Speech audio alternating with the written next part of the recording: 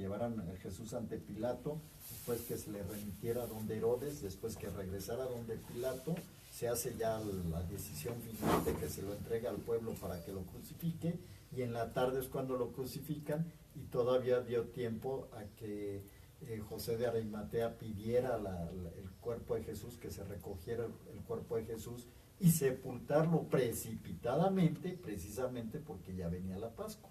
Es una serie de hechos que están narrados así, pero tienen que ser muy rápidos o no sé, ¿no?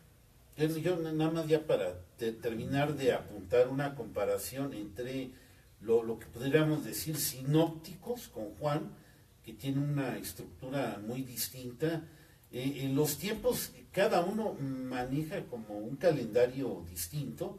Los sinópticos hablan de las fechas tradicionales, de la Pascua, pero Juan parece estar ubicando otros tiempos, como decir una semana antes de lo normal, y entonces no está tan próxima a las fiestas, ¿no?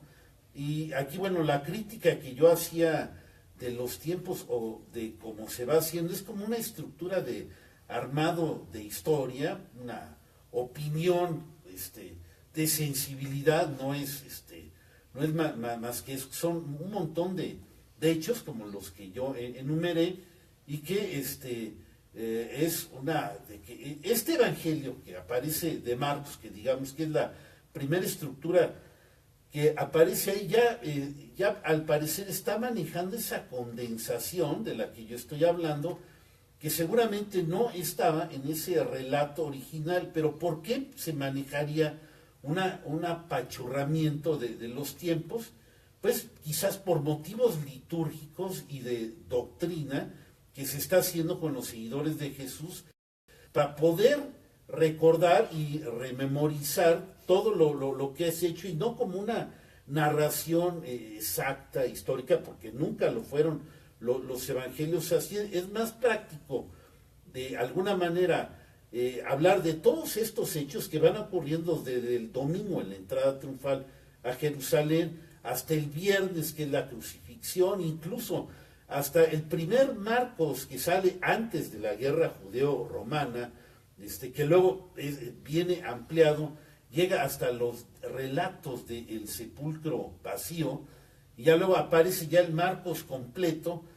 Poco después de terminar la guerra judeo-romana, ya se van incorporando otros relatos que ya existían de la resurrección, que sí se manejaban desde tiempos antes, pero que se van ensamblando. Es como ensamblar varias tradiciones, y no que un testigo presencial, un Mateo o un Marcos exactamente, se avienta una historia lineal y va armando y saca a final de cuentas su resultado. Y eso es exactamente lo que yo he dicho, que no son, sino son estructuras que se van creando poco a poco con tradiciones.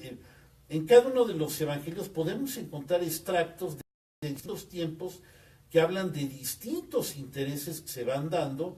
Algunos sí pertenecen al año 30 o justo cuando se están dando los hechos, pero luego se están reflejando realidades de tiempos después de lo que ya ocurre, del temor a Roma, de no inculparla tanto de la muerte de Jesús, puesto que acaba de ocurrir una masacre terrible con los judíos, acaban de ser derrotados.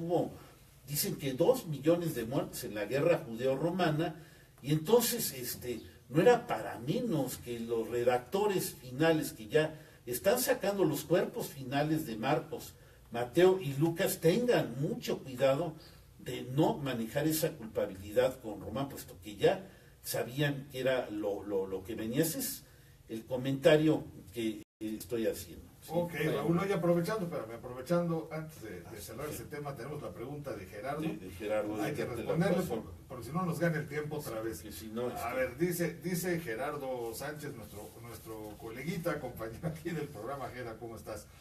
Que no ha querido venir, que debería venir. No, y ya además lo marcó. Esta pregunta me la debe Raúl, nada menos, desde hace una semana. Está bien. ¿Existe información judía o romana acerca de un templo partido? Yo creo que se refiere al manto, ¿no? Que se parte a las vestiduras. Sí. O desmembrado, que se rasga exactamente. Que Se concuerde rasga el con velo. los evangelios que dicen que esto sucedió cuando Jesús murió, igual del temblor. Bueno, sí, ya ven que... No era manto, era la cortina, Era que cortina. cubría el lugar Sí. santísimo. Perdón la palabra, se me fue la palabra, pero sí, la cortina precisamente, que era como un telón, ¿no? Pero algo muy grande. Bueno, ¿y hay alguna otra referencia, alguna manera de que eso se pueda corroborar? Yo me imagino que es lo que quiera preguntar. Yo le contestaría, esto creo que viene en Mateo, o sea, Mateo, digamos, los 4 evangelistas tienen una enorme autoridad con respecto a alcances de historia a la altura de Josefo, porque realmente son excelentes en lo que escriben. Por eso ya de una vez le tiro a los apócrifos para que no se estén fijando en ellos, son infinitamente inferiores a los 4 relatos tan extraordinarios que hay acerca de la vida de Jesús y como quedaron con todas las críticas que hay hecho sobre su ensamblaje y todo son excelentes. Todo lo que narra Mateo, que puede ser adorno literario, bueno, pero hay que darle su autoridad moral, ¿no? De que se rasga las vestiduras, de que tiembla la tierra. Obviamente ya no aparecen en escritos judíos o romanos. Pudo haber habido algo, parece que se perdieron unos libros de Tácito que hablaban justamente de esos momentos y que pues ya nos quedamos con las ganas de saber qué fue lo que dijo.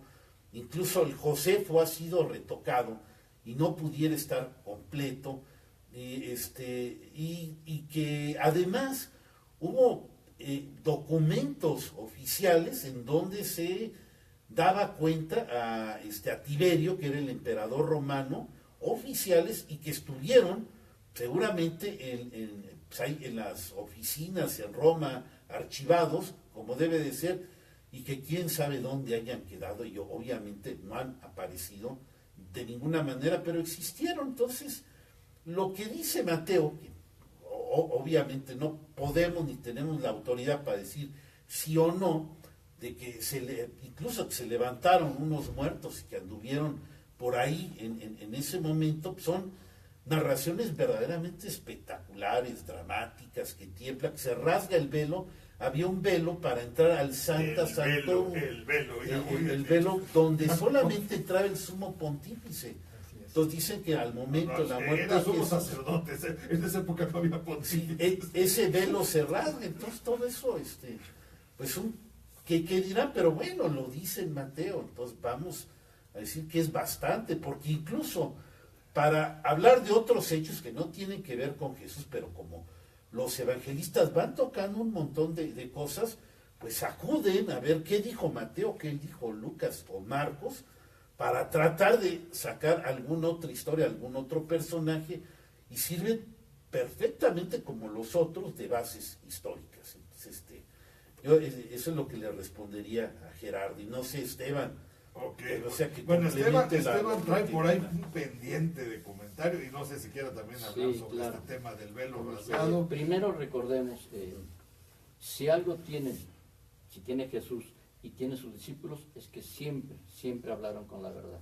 Como lo mencioné la vez pasada, siempre dicen, yo soy testigo, yo lo vi con mis ojitos, y en un momento dado, inclusive hasta, y lo pueden ver, ahora sí traigo la cita bien, es en Hechos capítulo 2, versículo 22, donde está hablando con los varones israelitas, y le dice en una parte, al final dice, vuestros por que Dios hizo, está hablando de algunos prodigios, entre vosotros por medio de él, se refiere a Jesús, como vosotros mismos sabéis.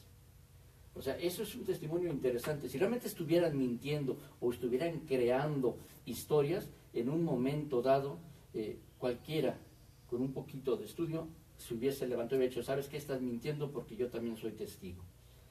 Ahora bien, recordemos esto. La mayoría del pueblo hebreo y en general, en esa época, eran analfabetas. Todo era a través de tradición oral. Y seguramente por ahí no faltó el vivaracho, después de la muerte de Jesús, que se le hizo fácil escribir algunas cosas. naturalmente empezaron a popular estas historias por toda la región y se empezó a manejar cosas que no había dicho Jesús o prodigios que no había hecho Jesús. Y se vieron en la necesidad de corregir. De ahí lo que leyó hace rato Raúl acerca de Lucas, ¿no? Dice, oh Teófilo, pues ¿sabes qué? Yo veo que ya hay muchos escritos por aquí populando y necesito contarte yo lo que realmente ocurrió. ¿Para qué? Para que sepas que tu fe es verdadera, tiene una base. No está creando algo ni está armando un rompecabezas, no, simplemente va a poner un poco de orden.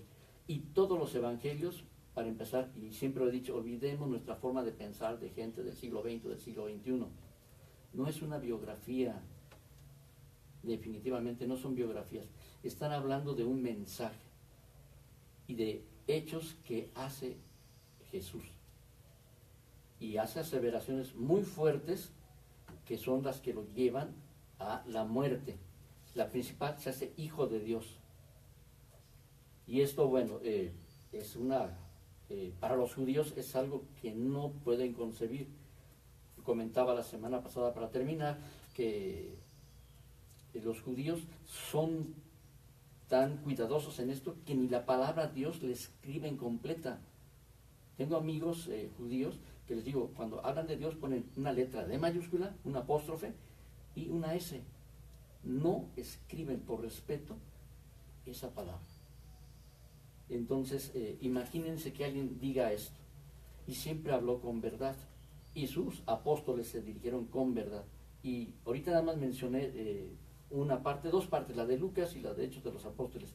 Pero si leen con detenimiento los evangelios, verán que no es las dos únicas veces. Hay 10, 12 aseveraciones de que lo que yo digo, o lo que les estoy diciendo, ustedes lo conocen, lo vimos, lo tocamos, lo oímos. Entonces, bueno, es un testimonio de primerísima mano que no podemos desechar. Sobre lo de la cortina del lugar santísimo, recordemos que el templo como tal, ya dejando aparte los patios y las zonas estas, ciertamente una vez al año se elegía a uno de los sacerdotes para que hiciera su servicio en el lugar santísimo. El lugar santísimo, recordemos, allí estaba el arca de la alianza, algo del pan que cayó del cielo, el famoso maná. Había unos ángeles, en fin, no recuerdo qué otra cosa más había por ahí. Un candelabro de la menora, sí. Entonces, ese lugar era donde habitaba Dios y nadie podía entrar, porque al momento de entrar, como somos pecadores, bueno, chocábamos con la fuerza de Dios y morían en el instante. Tan es así que es algo que no se dice. Los sumos sacerdotes, cuando entraban a hacer ese sacrificio para Dios, allí en el lugar santísimo, les amarraban un mecate, una cuerda en un tobillo, y entraba aquel por un lado de la cortina, y entraba, y si después de un buen rato no salía y no daba señales, jalaban la cuerda, y si volvía el sacerdote a hacer el esfuerzo, sabían que seguía vivo, que algo estaba pasando ahí. Pero si ya no había nada, caray, tenía un pecadillo. Porque antes de entrar a este lugar, los sumos sacerdotes o el sacerdote encargado de esto hacía una expiación por sus pecados para poder ingresar a este lugar. Y si no, pues lo jalaban. Lo sacaban arrastrando. Entonces, veamos este tipo de cuestiones. Y lo que menciona Mateo como testigo seguramente de esto, porque fue muy comentado en su momento en Jerusalén, es que se rasgó de arriba hacia abajo. Okay. Bien, pues hemos llegado al final de nuestro programa. Esto está emocionantísimo, pero pues ya nos marcan los tiempos que hay que retirarse. Muchas gracias por habernos acompañado todos también. Mira, Elías Chávez y Esperanza Ordóñez no los habíamos saludado, también están aquí en el Facebook. Pues ya vamos de salida y les agradecemos mucho a todos. Esteban, Raúl, José, muchas gracias por compartir esta mesa y gracias a todas las personas que hoy nos acompañaron. Martes, Ecos de la Noche, y el próximo sábado pues ya regresamos a la Revolución, creo, ¿no? Ahorita lo discutimos. Exacto, ahorita lo vemos porque lo que pasa es que todavía hay más que hablar de esto, ¿verdad? Sí, por supuesto, falta la crucifixión, con muchas cosas. Y hablar más del juicio, no, olvídate. Yo creo que, bueno, ahorita lo discutimos. Muy buenos días, hasta luego. Bueno, voy a hacer esa pregunta, pero ustedes dirán ¿Cómo? de que si ya regresábamos a la revolución o seguimos.